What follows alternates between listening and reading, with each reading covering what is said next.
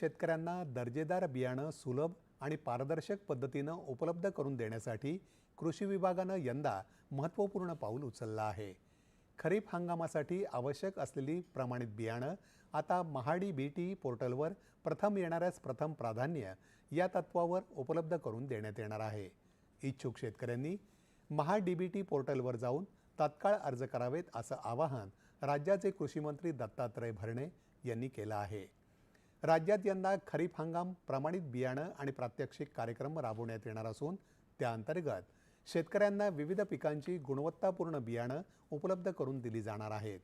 यामध्ये सोयाबीन, मूग, उडीद, भुईमूग, बाजरी आणि कापूस या प्रमुख पिकांचा समावेश आहे।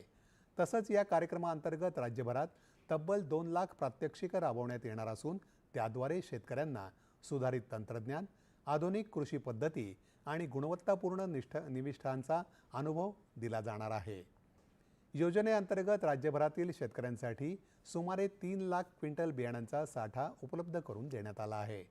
त्यामध्ये 66,750 क्विंटल सोयाबीन तसंच 35,500 क्विंटल भुईमूग बियाणांचा समावेश आहे। इतर खरीप पिकांची बियाणं देखील महाडीबीटी पोर्टलवर उपलब्ध राहणार आहेत।